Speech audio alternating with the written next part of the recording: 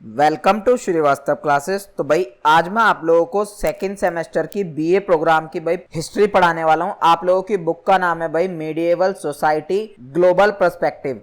हिंदी में बोले तो भाई मध्य युगीन समाज वैश्विक परिप्रेक्ष्य। तो इस बुक का भाई मैं आज आप लोगों को जो है फर्स्ट यूनिट का सेकंड चैप्टर जो है कराने वाला हूं। भाई आप लोगों को ये फर्स्ट चैप्टर जो है ऑलरेडी कंप्लीट करा चुका हूं, लिंक नीचे डिस्क्रिप्शन में मिल जाएगा वीडियो का।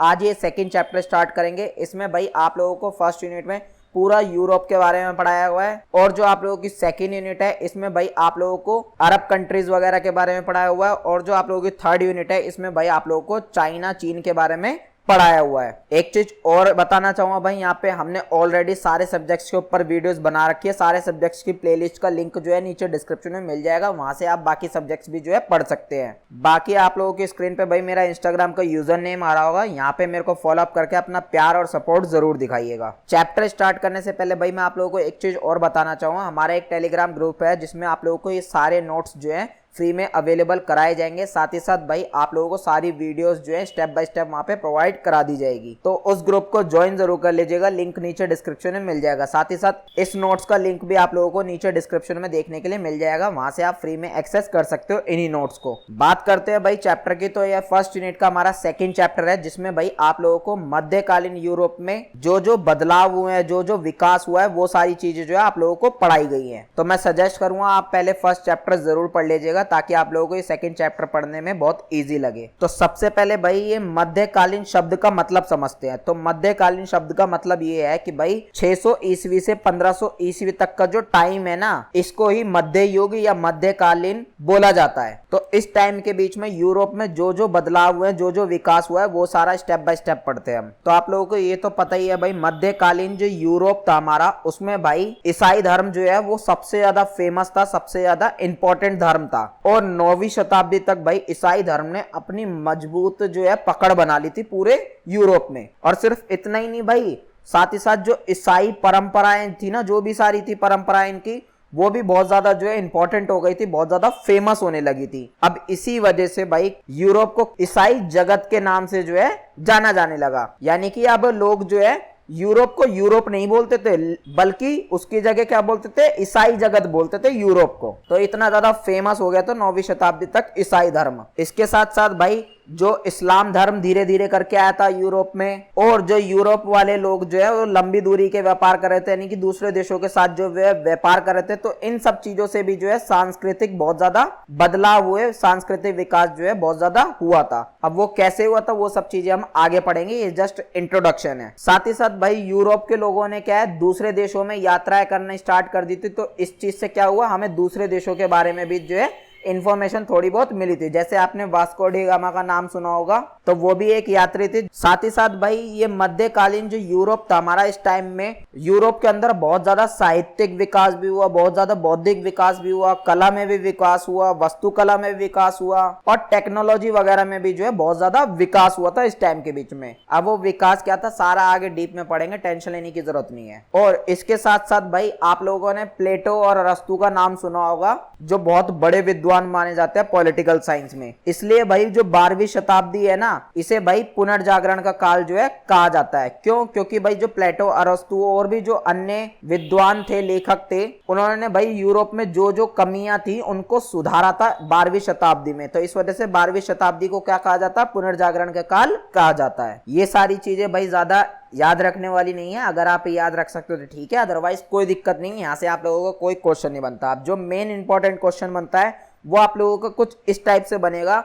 आप लोगों से पूछेगा पेपर में कि भाई मध्यकालीन यूरोप में जो सांस्कृतिक बदलाव हुए हैं वो सारे बताओ, या तकनीकी बदलाव है, या बौद्धिक साहित्यिक बदलाव है, या विकास जो हुआ है वो सारी चीजों का वर्णन करो, ऐसे करके पूछेगा भाई आप लोगों से। तो चलो भाई अब स्टेप बाय स्टेप देखते हैं कि क्या क्या भाई सांस्कृतिक बदलाव हुए हैं पूरे यूरोप में। अब भाई इसको मैं आप लोगों को 3 भागों में डिवाइड करके पढ़ाऊंगा। सबसे पहला है भाई आप लोगों का साहित्यिक और बौद्धिक विकास, दूसरा भाई मैं आप लोगों को पढ़ाऊंगा कला और वास्तुकला का विकास, और तीसरा मैं आप लोगों को पढ़ाऊंगा जो टेक्नोलॉजी में, तकनीक वगैरह में जो जो नई नई इन्वेंशन हुई है उनमें क्या विकास हुआ, वो सारी चीजें पढ़ाऊंगा। और पेपर में भी आप लोगों से पूछे तो आप लोगों को ये तीनों जो है अच्छे से एक्सप्लेन करनी है। तो सबसे पहले देखते हैं भाई अपना साहित्यिक और बौद्धिक विकास। तो भाई सबसे पहली बात, जो ईसाई धर्म में सबसे ज्यादा पॉपुलर जो भाषा हुआ करती थी ना, सबसे ज्यादा फेमस लोकप्रिय जो भाषा थी, वो थी भाई हमारी ग्रीक और लैटिन। और इसके साथ साथ भाई और भी छोटी जो है कुछ भाषाएं थी, या आप इन्हें बोलियां बोल सकते हो,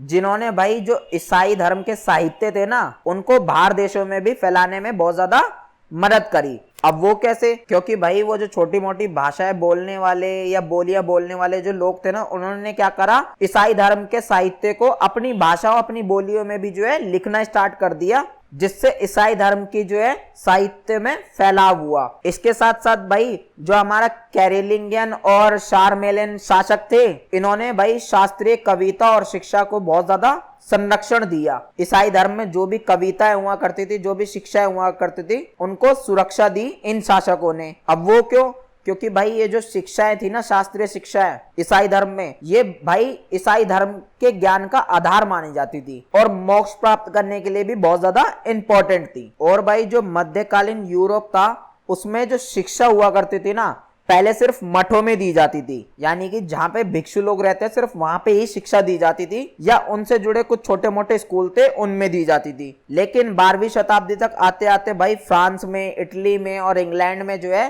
कैथेड्रल स्कूल या विश्वविद्यालय जो है बना दिए गए थे, ताकि सभी लोगों को भाई शिक्षा जो है मिल सके, स्पेशली ईसाई धर्म के बारे में लोगों को नॉलेज हो सके। इसके साथ साथ भाई जो शारमेलियन शासक थे, उन्होंने भाई पादरियों को, यानी कि ईसाई धर्म के पुजारियों को शिक्षित करने के लिए भाई स्कूल वगैरह का जो है बहुत ज्यादा विकास किया। अब शारमेलियन शासक पादरियों को शिक्षित क्यों करना चाहते थे, ताकि भाई जो ये पादरी हैं वो ईसाई धर्म के बारे में, ईसाई धर्म के जो आदर्श हैं, उनको और ज्यादा जो है जनता तक फैलाएं। इस वजह से जो है शारमेलियन शासक ने पादरियों को शिक्षित करने के लिए स्कूल वगैरह जो है बनाए थे। और उन स्कूलों में पढ़ाने लिखाने के लिए भाई, और साथ ही साथ ईसाई धर्म को और ज्यादा फैलाने के लिए भाई शारमेलियन शासक ने दूर दूर से जो है पढ़े लिखे लोगों को बुलाया, विद्वानों को बुलाया। फिर इन विद्वानों ने क्या करा भाई, जो शास्त्रीय ग्रंथ थे उनको एकत्र किया, यानी कि उनको इकट्ठा किया। ईसाई धर्म के जो शास्त्रीय ग्रंथ थे उनका आपस में मिलान किया, उनमें सुधार किया और उनकी कॉपी वगैरह जो है बहुत सारी तैयार करी अलग अलग लैंग्वेजेस में, ताकि ईसाई धर्म के बारे में ज्यादा से ज्यादा जो है पूरे वर्ल्ड में फैल सके। तो भाई ये तो हो गई हमारी साहित्यिक विकास। बात करें भाई शारमेलियन शासक ने बौद्धिक विकास के लिए क्या करा, तो भाई जो शारमेलियन शासक थे, इनका भाई व्याकरण में, आख्यान में, खगोल विज्ञान में और धर्मशास्त्र में जो है बहुत ज्यादा इंटरेस्ट था, बहुत ज्यादा रुचि थी इनकी। तो इस वजह से इन्होंने इन सारी फील्डों को भी जो है बहुत ज्यादा बढ़ावा दिया। और ये सारी चीजें आप लोगों को पता है, ये सारी बौद्धिक विकास में आती है, क्योंकि इनमें बुद्धि लगती है। इसके साथ साथ भाई जो जर्मनिक और रोमांस भाषाओं में जो पुरानी कविताएं थी, उनको लिखवाना भी शुरू करा शारमेलियन शासक ने। अब शासक को देखते देखते भाई अभिजात वर्गों ने भी शासकों की जो है नकल करना शुरू कर दी, यानी कि अभिजात वर्ग ने भी जो है अपने साहित्य और बौद्धिक विकास को संरक्षण देना जो है शुरू कर दिया धीरे धीरे, ताकि ईसाई धर्म की इंपॉर्टेंस जो है वो और ज्यादा फैले पूरे यूरोप में। इसके साथ साथ भाई जो हमारा दर्पण ग्रंथ है ना, यानी कि ईसाई धर्म में एक ग्रंथ है जिसे हम दर्पण ग्रंथ कहते हैं, तो इस ग्रंथ को भाई भिक्षुओं ने भी संरक्षण दिया, शासकों ने भी संरक्षण दिया और अभिजात वर्गों ने भी संरक्षण दिया। तो यानी कि सिर्फ पहले भाई राजा ही सब कुछ कर रहा था और पुजारी ही सब कुछ कर रहे थे, लेकिन भाई अब अमीर लोग जो थे, अभिजात वर्ग, वो भी अब जुड़ गए ईसाई धर्म को फैलाने में। उन लोगों ने भी बहुत मदद करी और साथ ही साथ भिक्षुओं ने भी बहुत ज्यादा मदद करी ईसाई धर्म के साहित्य वगैरह को फैलाने में। इन सब के साथ साथ भाई कुछ राजकुमारियों के भी उदाहरण देखने के लिए मिलते हैं, जिन्होंने साहित्यिक संस्कृति को बढ़ाने में थोड़ा बहुत महत्व दिया अपना। जैसे उदाहरण के लिए भाई एक राजकुमारी है, उनका नाम है भाई राजकुमार अन्ना कॉमनेना। ये राजकुमारी का नाम है भाई। इन्होंने क्या करा, अपने पिता जो थे ना, इनके पिता राजा थे, उनकी जीवनी लिखी। तो इनके पिता का नाम यहाँ पे आप देख सकते हो, उनकी जीवनी यानी कि उनके जीवन के बारे में एक बुक वगैरह लिखी पूरी, जिसमें थोड़ी बहुत ईसाई धर्म के बारे में भी लिखा हुआ था। इसके साथ साथ भाई सैनिकों को प्रेरित करने के लिए, यानी कि सेना वगैरह को मोटिवेट करने के लिए भी भाई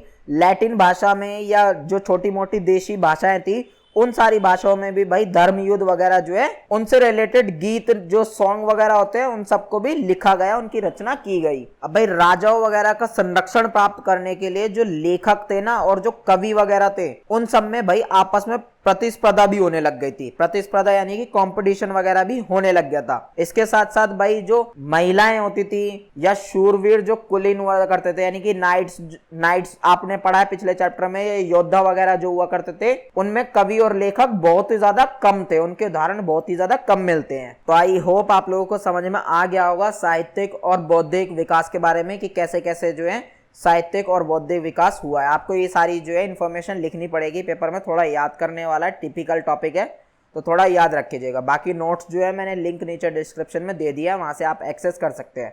बात करते हैं भाई कला और वास्तुकला का विकास कैसे हुआ भाई मध्यकालीन यूरोप में, स्टेप बाय स्टेप समझते हैं इसे भी। अब जो भाई हमारे कैरोलिंगियन शासक थे उनके काल में भाई स्मारकीय वास्तुकला का बहुत ज्यादा विकास हुआ, यानी कि उनके शासन के टाइम पे भाई बहुत सारी चीजें जो है यूरोप में बनाई गई, बहुत सारी बिल्डिंग्स जो है बनाई गई। स्मारक मतलब बिल्डिंग आप बोल सकते हो। तो इसी वजह से भाई स्मारकीय वास्तुकला का बहुत ज्यादा विकास हुआ था कैरोलिंगियन शासक के काल में। अब विकास क्यों हुआ, क्योंकि भाई कम से कम 100 से ज्यादा शाही जो है आवास बनाए गए थे या इनको परिवर्तित किया गया था, यानी कि उनमें कुछ सुधार वगैरह जो है किया गया था। साथ ही साथ 27 जो है कैथेड्रल बनाए गए थे, यानी कि चर्च वगैरह बनाए गए थे और बहुत सारे मठ वगैरह भी बनाए गए थे कैरोलिंगियन शासक के काल के दौरान। और इन्हीं शासक के टाइम पे जो वास्तुकला थी ना, कैरोलिंगियन वास्तुकला, यानी कि उस समय जो भी स्मारकें बनाई जाती थी, जो भी बिल्डिंग बनाई जाती थी, उनमें भाई हम रोमन बेसिलिका देख सकते हैं, विजयी मेहराब देख सकते हैं या पैलेटाइन चैपल जो है इन सबको देख सकते हैं। अब आप बोलोगे ये सब चीजें क्या है, तो ये सब चीजें भाई एक तरीके से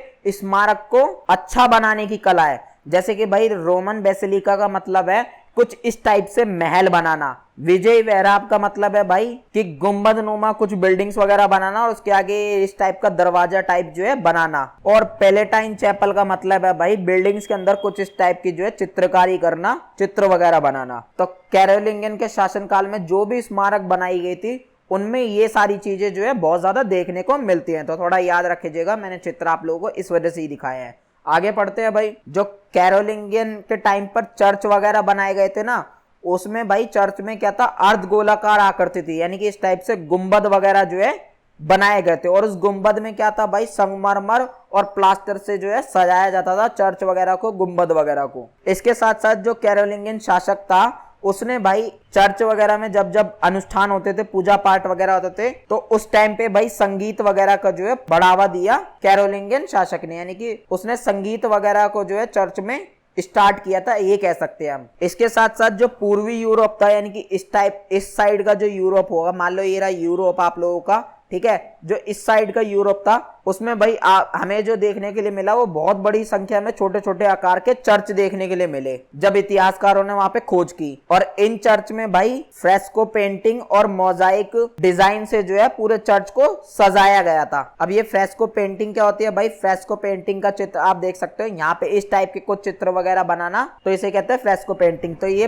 पूर्वी यूरोप में जो चर्च वगैरह थे ना छोटे छोटे बहुत सारे, उनमें कुछ इस टाइप की पेंटिंग वगैरह देखने के लिए मिली। और साथ ही साथ मोजाइक डिजाइन, यानी कि जो छोटे छोटे पत्थरों से ऐसे करके कोई डिजाइन वगैरह बना देते ना, चित्रकारी करते थे, तो इसे कहते हैं मोजाइक डिजाइन। तो ये सारी चीजें करी गई थी पूर्वी यूरोप के छोटे छोटे चर्चों में। आगे बढ़ते हैं भाई। अब ये कला और वास्तुकला भाई सारी जो है चर्च के इर्द गिर्द ही घूमती है। क्यों? कला और वास्तुकला जो है सबसे ज्यादा चर्च वगैरह में ही जो देखने को मिलती है उस टाइम की। तो ये चर्च में भाई वास्तुकला का इतना ज्यादा प्रयोग क्यों करते थे, इतना ज्यादा सुंदर वगैरह क्यों बनाते थे भाई चर्च को? क्योंकि भाई ये चर्च के प्रभुत्व और अधिकार को जो है उसको दिखावा करना चाहते थे, ताकि ज्यादा से ज्यादा लोग जो है ईसाई धर्म की तरफ अट्रैक्ट हो। अब इन्हीं रीजनों की वजह से भाई धीरे धीरे जो है कला और वास्तुकला लोकप्रिय धीरे धीरे होती चली गई, बहुत ज्यादा फेमस होती चली गई। इसी टाइप से जो भाई हमारी वास्तुकला थी या वस्तु आप शिल्प कह सकते हो, इसको दो अलग अलग तरीकों में थी। यानी कि वस्तु शिल्प जो है ये दो टाइप की हुआ करती थी उस टाइम पे। एक तो थी भाई रोमन स्क्यू और दूसरी थी गोथिक। अब ये जो रोमन वास्तुशिल्प कला थी भाई रोमन स्क्यू, तो इसमें क्या था भाई, गोल मेहराब वगैरह बनाए जाते थे, बड़ी बड़ी दीवारें बनाई जाती थी और बड़े बड़े भाई स्तंभ बनाए जाते थे, यानी खंबे बनाए जाते थे, और छोटी छोटी खिड़कियां वगैरह हुआ करती थी और क्षैतिज रेखाएं वगैरह जो है हुआ करती थी। और बात करें भाई बिल्डिंग के ये चर्च की अंदर की, तो चर्च में भाई क्या हुआ करता था, अंदर की तरफ भाई या तो फिर पूरा तरीके से सादा होता था यानी कि प्लेन होता था, या बहुत ज्यादा चमकीले रंगों से जो है मोजाइक डिजाइन वगैरह बनाए होते थे या भित्ति चित्र वगैरह बनाए होते थे।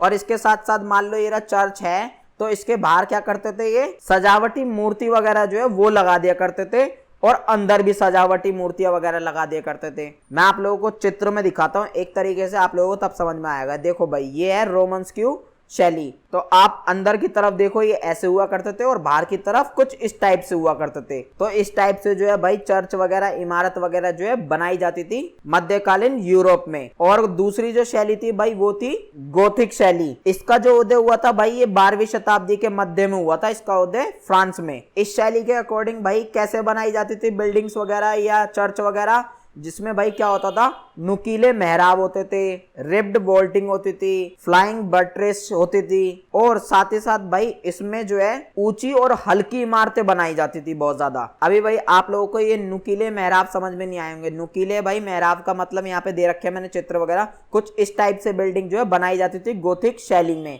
और साथ ही साथ ये फ्लाइंग बट्रेस देख रहे हो ना, ये डिजाइन भी, ये भी सब गोथिक शैली का डिजाइन है। और ऊपर से भाई ये रिब्स बोल्टिंग जो है, ये भी, ये वाला जो डिजाइन है ये भी सब गोथिक शैली का डिजाइन है। कुछ इस टाइप से जो है गोथिक शैली में बिल्डिंगे या चर्च वगैरह बनाई जाती थी। इन सब के साथ साथ भाई बहुत ज्यादा ऊंची भी बनाई जाती थी और हल्की होती थी बिल्डिंग्स वगैरह। इसके साथ साथ भाई गोथिक शैली में बहुत ज्यादा जो है खिड़कियां वगैरह भी हुआ करती थी अंदर की तरफ, जिससे भाई सूरज की रोशनी जो है वो अंदर आती थी बिल्डिंग के स्मारक के। और सेम जैसे भाई पिछली शैली में था, इसमें भी भाई क्या है, बिल्डिंग के आगे इसमें भी मूर्तियां या आदिमकालीन साहित्य जो है वो लगा दिए जाते थे सजाने के लिए। तो आई होप आप लोगों को समझ में आ गया होगा कि भाई वास्तुशिल्प की दो तरीके की शैली थी, दो प्रकार थी भाई वास्तुशिल्प की। यानी कि बिल्डिंग्स जो है ना उस टाइम पे दो टाइप की बनाई जाती थी यूरोप में, एक तो थी भाई रोमन्स की और एक थी गोथिक। दोनों में भाई थोड़ा बहुत ही फर्क है, ऑलमोस्ट सेम सी है, ठीक है ना। तो वो आप देख लीजिएगा, नोट्स लिंक नीचे डिस्क्रिप्शन में मिल जाएगा, खुद से पढ़ोगे तो सब इजिली समझ में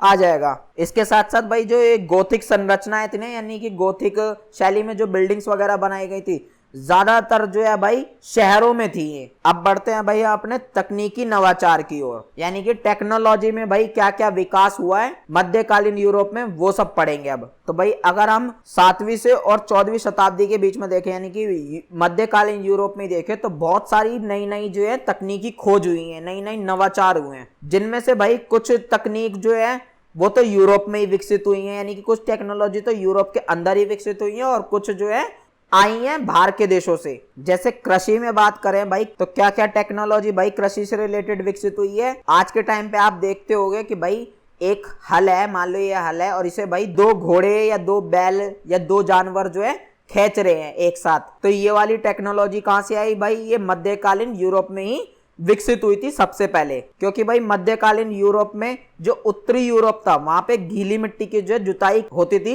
इस वाली टेक्नोलॉजी से, इस वाले तरीके से 2 बैलों को बांधकर जो है ये हल चलवाते थे गीली मिट्टी में उत्तरी यूरोप में। इसके साथ साथ भाई 9वीं शताब्दी में जो घोड़ों के खुर होते हैं ना भाई, घोड़ों के एक तरीके से नाखून कह सकते हो, पैरों के जो नाखून है उनमें भाई लोहे की नाल, चित्र में देख लो, नाल भाई इसे कहते हैं, ठीक है। तो ये घोड़ों के पैरों में लगाए जाते हैं ताकि उनके नाखून वगैरह जो है ज्यादा तेजी से बढ़े ना और उनको चलने में आसानी हो। तो इस सब की इन्वेंशन जो है, शुरुआत जो है, ये सब मध्यकालीन यूरोप में 9वीं शताब्दी में शुरू हुआ था।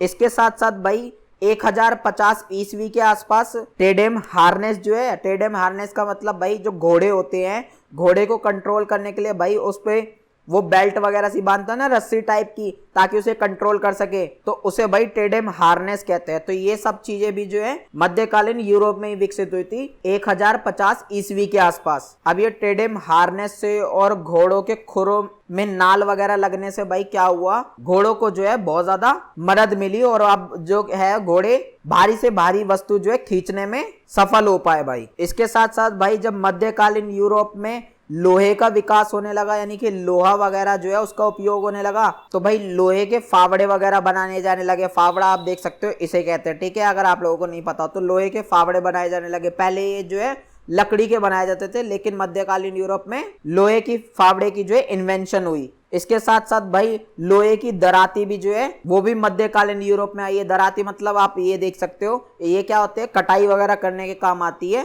खेत वगैरह में। तो ये दराती वगैरह भी जो है भाई इसका इन्वेंशन भी मध्यकालीन यूरोप में हुआ। इसके साथ साथ भाई जो व्हीलर बो है यानी कि ठेला जो होता है आप ये देख सकते हो, तो इसकी भी इन्वेंशन मध्यकालीन यूरोप में ही हुई थी। और आपने भाई हेरो देखा होगा, हेरो नहीं देखा तो आप यहाँ देख सकते हो, ये जो नीले कलर की यहाँ पे मशीन सी लग रही है ना, इसकी भी शुरुआत कहाँ पे हुई, मध्यकालीन यूरोप में ही हुई थी। अब ये तो भाई कुछ ज्यादा ही एडवांस है आप पिक वगैरह में जो देख रहे हो, लेकिन इस टाइप की कुछ चीज बनाई गई थी मध्यकालीन यूरोप में ही खेतीबाड़ी वगैरह में। तो आज के टाइम पे ये उसका एडवांस वर्जन है। तो आप देख सकते हो भाई कितनी सारी इन्वेंशंस हो रही हैं मध्यकालीन यूरोप में। इसके साथ साथ भाई खाद्य प्रसंस्करण यानी कि फूड प्रोसेसिंग में, यानी कि फूड वगैरह जो बनता है ना उसको बनाने के लिए या पेपर वगैरह बनाने के लिए पवन चक्कियों वगैरह का जो है वो यूज होना शुरू हो गया था यूरोप में ही। उससे पहले भाई कहीं भी जो है यूज नहीं होता था, यानी कि पवन चक्की का भी कॉन्सेप्ट जो है वो यूरोप से ही आया है। और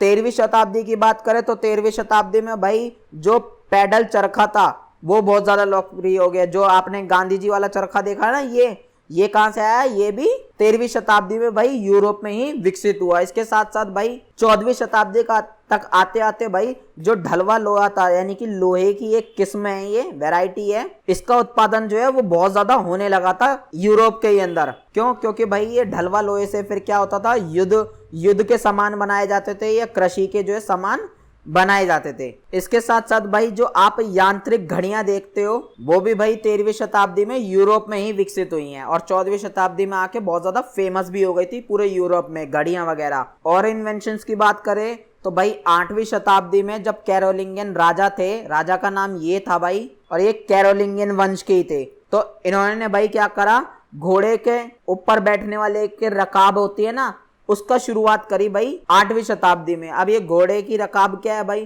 तो आप यहाँ पे देख सकते हैं चित्र में, ये होती है भाई घोड़े की रकाब, जिसपे आप ये पैर वगैरह रखते हो ना, ये चीज, तो ये होती है रकाब। इससे क्या हेल्प हुई भाई, इससे अब क्या हुआ, घोड़ों पे हम पकड़ जो है मजबूत बनाने लगे, जिससे क्या हुआ भाई, अब सेना वगैरह में भी जो है घोड़े वगैरह यूज होने लगे। इससे पहले भाई सेना में जो है घोड़े वगैरह यूज नहीं कर पाते थे, क्योंकि भाई घोड़े वगैरह पे बैठते थे, घोड़े पे सही से कंट्रोल नहीं हो पाता था और घोड़ा जो है फिर वो अनकंट्रोल हो सकता था। लेकिन जब से ये भाई रकाब वाला कॉन्सेप्ट शुरू हुआ 8वीं शताब्दी में, फिर घोड़े पे जो सिपाही वगैरह का कॉन्सेप्ट है ये भी स्टार्ट हो गया। इसके साथ साथ भाई जो गन पाउडर है इसकी भी शुरुआत जो है मध्यकालीन यूरोप में ही हुई, फिर जाके ये इस्लामी दुनिया में यानी कि अरब कंट्रीज में गया, फिर चाइना वगैरह में गया गन पाउडर, लेकिन शुरुआत तो जो है ये भी मध्यकालीन यूरोप में ही हुई थी इसकी भी। और 11वीं शताब्दी में देखे तो 11वीं शताब्दी में भाई तोप वगैरह का भाई जो है सबसे पहले यूज यूरोप में ही किया गया था, मध्यकालीन यूरोप में। अब वो कैसे भाई, एक क्रॉसबो हुआ करती थी, क्रॉसबो भाई इसे कहते हैं, मतलब ये खींच के यूं और फिर जो तान देते हैं ना, तो इसी टाइप से कुछ इन लोगों ने क्रिएट कर रखा था। ये तो कुछ मॉडर्न टाइप की है क्रॉसबो, लेकिन इस टाइप से इन लोगों ने कुछ क्रिएट कर रखा था, जिससे क्या करते थे भाई, ये तोप के जो गोले वगैरह होते थे उसे खींच खींच के मारते थे। तो तोप की शुरुआत भी कहीं ना कहीं जो है मध्यकालीन यूरोप से हुई है। और साथ साथ भाई जो ट्रेबुचेट पत्थर है, ट्रेबुचेट पत्थर मैं आप लोगों को दिखा देता हूँ। ये जो आप पत्थर देख रहे हो ना, ये गोले गोले बड़े बड़े पत्थर, तो इन्हें कहते हैं भाई ट्रेबुचेट पत्थर। तो इन पत्थरों का भी उपयोग जो है भाई पहले के टाइम पे हुआ करता था तोप वगैरह में। जब तक बारूद की जो इन्वेंशन जो है नहीं हुई थी, तब पहले इन्हीं पत्थरों का जो है यूज किया जाता था तोप वगैरह में। तो इसकी इन्वेंशन भी कहाँ पे हुई है भाई, इंग्लैंड में। और इंग्लैंड कहाँ है आप लोगों को पता ही है, यूरोप में ही है। और भाई समुद्री जहाज में आप पतवार देखते हो या पाल देखते हो, इसकी भी शुरुआत कहाँ से हुई है भाई, ये भी मध्यकालीन यूरोप से हुई है। मैं आप लोगों को पाल या पतवार दिखा देता हूँ। पतवार देखो भाई, ये होता है जो पीछे की तरफ लगता है, और पाल इसे कहते हैं, ठीक है ना। तो इन दोनों चीजों की शुरुआत भी कहां से हुई है, यूरोप से हुई है। पहले भाई यूरोप में क्या हुआ करता था, ये चौकोर टाइप के यानी कि डब्बे के टाइप के पाल बनाते थे जहाजों में, लेकिन फिर बाद में जो है त्रिकोणीय आकार के पाल जो है बनाने लग गए, जिससे क्या हुआ, जहाज की गति वगैरह भी जो है तेज हो गई। इसके साथ साथ भाई जो एस्ट्रोबेल है या कंपास वगैरह है, इस चीज की भी इन्वेंशन जो है मध्यकालीन यूरोप में ही हुई थी। अगर आप लोगों को एस्ट्रोबेल या कंपास नहीं पता तो मैं चित्र में दिखा देता हूँ भाई।